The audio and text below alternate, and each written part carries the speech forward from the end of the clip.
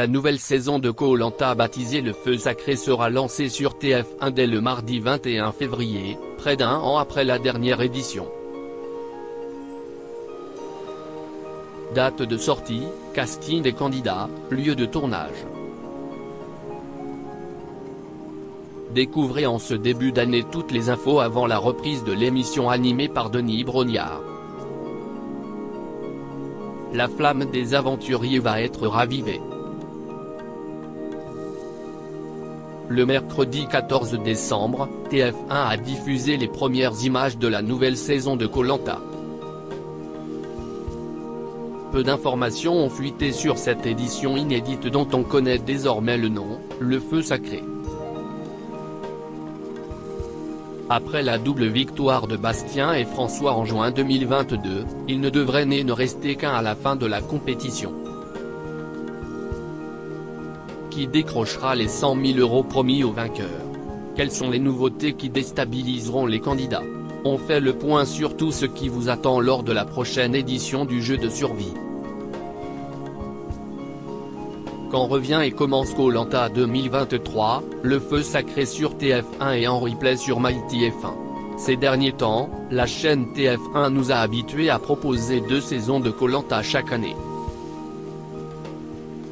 En 2020, nous avions suivi la fameuse édition du confinement, l'île des héros, suivie quelques mois plus tard des 4 terres. En 2021, Koh-Lanta les armes secrètes avait précédé la diffusion de Koh-Lanta la légende, réunissant les meilleurs candidats de l'émission. Toutefois, en 2022, une seule saison a été proposée, Koh-Lanta le totem maudit. Après 8 mois d'absence, la nouvelle édition intitulée Le Feu Sacré, sera quant à elle à l'antenne dès le mardi 21 février à 21h10 sur TF1. Koh-Lanta 2023, qui sont les 20 candidats au casting de cette prochaine saison? 20 aventuriers prendront part à l'édition du Feu Sacré, 10 hommes et 10 femmes âgés de 22 à 56 ans. Avec beaucoup moins de machines de guerre que dans les précédentes éditions. On est revenu à quelque chose qui fait le sel de Koh-Lanta, à savoir la diversité des candidats, nous confirme la productrice Alexia Laroche-Joubert. Voici leurs portraits et leurs visages, à découvrir ici, dans notre diaporama. Julie de Bever, cette défenseuse de 33 ans, venue de l'Essonne, avait en effet été retenue dans la liste des 23, lors de la dernière Coupe du Monde féminine, remportée par les États-Unis, qui a eu lieu en 2019 en France. Julie de Bever n'était toutefois pas entrée sur le terrain. Dans cette compétition, les Bleus de Corinne Diacre avaient atteint les quarts de finale. Passée par le FC Juvisy, Saint-Étienne, Guingamp et l'Inter Milan, elle joue depuis juin 2021 FC Fleury, 91. Vice-championne de France 2012, avec Juvisy, et finaliste de la Coupe de France 2013, avec Saint-Étienne, elle se lance un défi original en participant à Koh-Lanta. Elle est en couple avec Regina Baresi, une ancienne coéquipière de l'Inter Milan. Gilles, ce maraîcher et éleveur bovin du Nord, est âgé de 31 ans. Il est de la 4e génération de sa famille à reprendre l'exploitation et est papa d'une petite fille, annonce son portrait. Il travaille avec ses parents et sa femme. J'aime bien surprendre. On ne m'attend pas forcément sur les poteaux. Mais j'y serai, promettait-il. Et en effet, Gilles semble très motivé puisqu'on le découvre en plein entraînement, juché sur un poteau. Au beau milieu de ses vaches, Esteban, ce sympathique vendeur et démonstrateur sur les marchés et dans les foires, est âgé de 40 ans. Il est père de 2 enfants et vient d'Évreux-et-Loire. En plus de sa profession, le quarantenaire est passionné depuis l'enfance de magie et d'hypnose. Si je n'arrive pas à vendre mon idée aux autres aventuriers, je vais pouvoir les hypnotiser pour arriver à mes fins, se réjouit-il dans son portrait. Quentin ce charpentier de 26 ans vient de Moselle. Précoce, il a commencé à travailler à 17 ans, a acheté son appartement à 19 et est devenu père, d'une petite Sacha, à 23. Quentin dévoile aussi un parti plus tragique de sa vie. Suite à un grave accident de moto, il a été placé 2 semaines dans le coma. Enfin, en 2020, Quentin a également été victime d'une terrible agression. Pendant que je déposais ma fille chez sa nourrice, un fou m'a planté un cutter dans le bas-ventre. Je suis un survivant, révèle-t-il. Emine âgé de 56 ans, Emine est un Belge d'origine albanaise. Il est le doyen du feu sacré, doté d'une sacrée détermination puisque cela fait 20 ans qu'il s'inscrit pour tenter d'intégrer le casting de Koh-Lanta. Officiant à Bruxelles, il est directeur général opérationnel d'une société gérant des salles accueillant concerts, forums ou expositions. Emine a été entraîné par son fils avant de se lancer dans l'aventure. Elena âgée de 27 ans, est l'une des 3 Belges de cette saison du feu sacré. Sportive depuis son plus jeune âge, elle a été gymnaste de haut niveau dans son pays natal. Diplômée d'un master en kinésithérapeute et réadaptation, elle est spécialisée dans la kinésithérapie du sport et est également coach sportive. La jeune femme a également été candidate de Ninja Warrior en 2021, Elodie cette Belge, responsable marketing en jeux de société, est âgée de 35 ans. Une passion qui l'a même poussée à participer à un célèbre jeu télévisé en Belgique. Globe-trotteuse, la candidate est aussi une passionnée de chant. Elle aurait d'ailleurs rêvé de devenir chanteuse lyrique. Un espoir brisé à 23 ans lorsqu'on lui a trouvé des polypes. En 2021, Elodie apprend qu'elle est atteinte d'un cancer du sein. Une épreuve qui l'a rendue plus forte que jamais. Nicolas du haut de ses 43 ans, cet entrepreneur vient de Corse. Au début des années 2000, Nicolas a servi comme officier dans l'armée de terre avant de lancer, avec sa compagne Lisa, une société de conseil en pharmaceutique. Maître nageur à ses débuts, Nicolas pratique également la chasse sous-marine.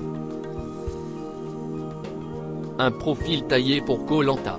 Amateur d'art, il réalise des sculptures d'animaux avec des morceaux de bois trouvés sur la plage. Grace a 39 ans, Grace est technicienne en plasturgie dans l'Ain. Née le 6 septembre 1983 à Nantua, elle est la maman de 3 garçons, Tyrone 5 ans, Lenny 11 ans et Owen 15 ans. En 2012, Grace commence à pratiquer la boxe thaï, elle qui avait pourtant horreur de voir 2 boxeurs se donner des coups à la télévision auparavant. 4 ans plus tard, elle devient vice-championne de France, moins de 57 kg.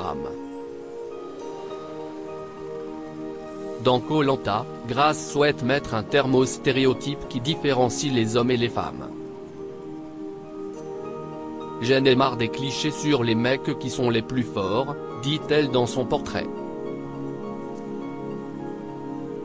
Anne-Sophie est âgée de 35 ans et la maman de 2 enfants. Originaire de Lunéville, à une trentaine de kilomètres à l'est de Nancy, la jeune femme s'illustre en tant que professeure de Zumba. Côté familial, Anne-Sophie a grandi avec 2 parents handicapés. Mon papa, je suis ses jambes et il est mon carburant, confie-t-elle en interview pour TF1. Le sport, si est toute la vie d'Anne-Sophie. En 2017, elle se blesse au membre inférieur suite à une trop grosse dose de footing quotidien. Une épreuve qui ne l'empêche pas d'enchaîner ensuite les courses en vélo, à pied, ou les sessions de natation. Martin ce fromager venu de Suisse est âgé de 30 ans.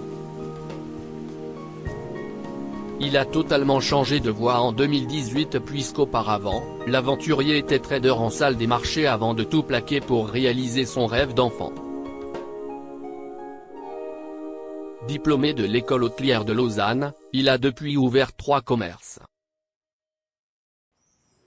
Passionné de grands espaces, Martin s'est donc lancé un nouveau défi en s'inscrivant à Koh Lanta, le feu sacré. Il y a quelques jours, la production de l'émission a annoncé que le jeune était devenu papa. Tania dans son portrait, Tania, 22 ans, a une drôle de façon de se présenter. Je suis diététicienne nutritionniste, j'habite en région parisienne et je suis célibataire, lance-t-elle dans un grand éclat de rire. La candidate a commencé le tennis à ses 5 ans et le pratique en compétition depuis 16 ans. Toute sa vie est orientée vers le sport, notamment ses études puisqu'elle a obtenu une licence STAPS en option entraînement sportif. L'origine de cette passion ? L'histoire de sa maman, joueuse professionnelle de handball. Rudy, 41 ans, exerce le métier de conducteur de métro depuis 2007 et vit dans le Val-de-Marne. Il est le papa célibataire de 2 jeunes filles. On a déjà pu voir Rudy dans un programme de télévision. Il est en effet apparu dans The Mud Day sur l'équipe. Et ce n'est pas sa seule expérience télévisuelle. Certains matins, on a pu le voir dans Gym Direct sur C8. Passionné de boxe, il pratique et enseigne le kickboxing. En février 2022, il devient le champion d'Île-de-France de kick light dans la catégorie vétéran dans la section moins de 84 kg. Frédéric, âgé de 33 ans, vit dans les Hauts-de-Seine et exerce le métier de directeur commercial dans une société de conseil. Il vit avec sa fiancée Marine, directrice artistique dans une agence de stratégie de design de marque. Ensemble, ils passent beaucoup de temps à jouer. J'adore tout ce qui est jeu de société. On adore faire des escape games et tout ce qui est jeu d'adresse, prévient-il dans son portrait. Dernièrement, il s'est lancé un nouveau défi, créer sa propre entreprise et ouvrir son propre bar à cocktails. Alexandre, 34 ans, habite près de Rouen et exerce le métier de chef de pôle magasin dans l'automobile. Côté vie privée, il est le papa d'un petit garçon né en 2018 et d'une petite fille née en juin 2022. Alexandre n'est pas un grand sportif, il n'a pas non plus fait de grandes études, mais il sait se servir de sa tête. À 17 ans, il arrête l'école. Sur Koh Lanta, il mettra le jeu au cœur de son aventure. Je veux voir ce que donnent mes stratégies, ma façon de manipuler les gens, prévient-il. Christine âgée de 49 ans, Christine vit en Gironde. Elle est la maman de 4 enfants âgés de 21 à 30 ans et bientôt 7 petits-enfants. Il y a moins de 10 ans, elle s'est reconvertie professionnellement pour devenir éducatrice pour chiens. Son plus grand palmarès reste sa première place obtenue dans la catégorie féminine du marathon de Sauternes en seulement 3 heures et 5 minutes. Au total, elle a remporté pas moins de 6 marathons. Koh Lanta devrait être un défi à sa taille. Laura, 32 ans, est sereine et déterminée. Elle a même décidé de vivre simplement et sans contrainte, dans son camion. En plus de cela, elle lui a donné un petit nom, son véhicule qui fait office de maison s'appelle Pablo. Originaire de Charente-Maritime, elle a suivi une formation de photographe à Toulouse. Maître nageur et photographe, elle allie ses deux passions en s'étant spécialisée dans les clichés aquatiques. Benjamin du haut de ses 23 ans est un marin venu de Marseille. Fier de sa ville, la plus belle de France voire du monde, il s'adonne à la course à pied, la chasse sous-marine, le football et la pétanque. Participer à Koh Lanta était le rêve de son père, son mentor. Mais ce dernier étant dans l'incapacité physique de participer à une telle aventure, c'est donc son fils Benjamin qui va le représenter. Célia, 49 ans, vit en Normandie et est assistante familiale. Elle est aussi famille d'accueil pour des jeunes en difficulté. Elle considère avoir deux personnalités, tout d'abord, celle qui s'exprime lorsqu'elle est en pleine séance de sport et l'autre qui s'approche plutôt de celle d'une femme enfant et debout en train. Koh Lanta est l'aventure de sa vie, et pour cause. Cela fait 14 ans qu'elle s'inscrit au jeu de survie. Je peux vous assurer que je suis prête, rigole-t-elle. Clémence âgée de 27 ans, Clémence vit en Charente-Maritime et travaille en tant que chef d'équipe fibre optique chez NJ, un groupe français de bâtiments et travaux publics. Pendant plusieurs années, Clémence s'est occupée de sa famille. En participant à Koh Lanta, elle estime qu'elle peut vivre sa première aventure en solo. Où se passe la nouvelle saison de Koh Lanta, l'émission animée par Denis Brognard.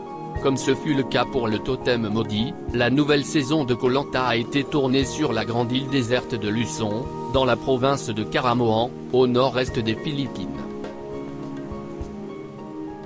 L'enregistrement de l'émission a duré 40 jours, entre août et septembre 2022. Koh Lanta 2023, quelles sont les nouveautés de cette édition ? Aux Philippines, une légende raconte qu'un dieu gardait secrètement un feu sacré dans les entrailles du volcan Mayon. Un feu au pouvoir considérable qui donna naissance à un talisman tout aussi puissant évoquait une première mystérieuse bande-annonce de la nouvelle saison. Alors à quoi s'attendre dans ce feu sacré ? Cette année, c'est le grand retour de la stratégie nous confie Denis Brognard. Et pour cause, sachez que cet objet offrira à son heureux possesseur un super pouvoir d'immunité puisqu'il pourra, au conseil, choisir de se sauver lui ou l'une de ses camarades. Même s'il appartient à la tribu adverse. Ce feu sacré sera remis en jeu à chaque épreuve de confort. De plus, des armes stratégiques seront dissimulées sur l'île et offriront de redoutables atouts comme des doubles votes au conseil. À lire aussi Koh Lanta, le feu sacré. TF1 dévoile les premières images de la nouvelle saison, prochainement sur la chaîne les premières images des camps avant la diffusion de Koh Lanta, le feu sacré. Des images des camps des aventuriers avant qu'ils n'arrivent sur place ont été filmées et dévoilées avant le début de l'émission sur TF1. On y voit Denis Brognard dans la jungle aux Philippines. Plage de sable blanc, mer verte émeraude, et puis, des roches granitiques qui tombent. Falaise, directement dans la mer. Voici l'une des îles de ce Koh Lanta, annonce-t-il. C'est ici que le Koh-Lanta que vous allez découvrir va se dérouler et c'est ici que les aventuriers vont venir vivre l'aventure de leur vie. Et pour la première fois, vous êtes au courant avant eux. Suivez le guide. Denis Brognard vous emmène découvrir en exclusivité l'un des camps de cette nouvelle saison, Volcan, #Koh-Lanta, le feu sacré, dès mardi 21h02 sur @TF1 et @MyTF1pic. Twitter.com/ktevkeps, Koh-Lanta @Koh-LantaTF1, février 17, 2023. Qui a gagné Koh-Lanta, la légende et Koh-Lanta, le totem maudit? Souvenez-vous.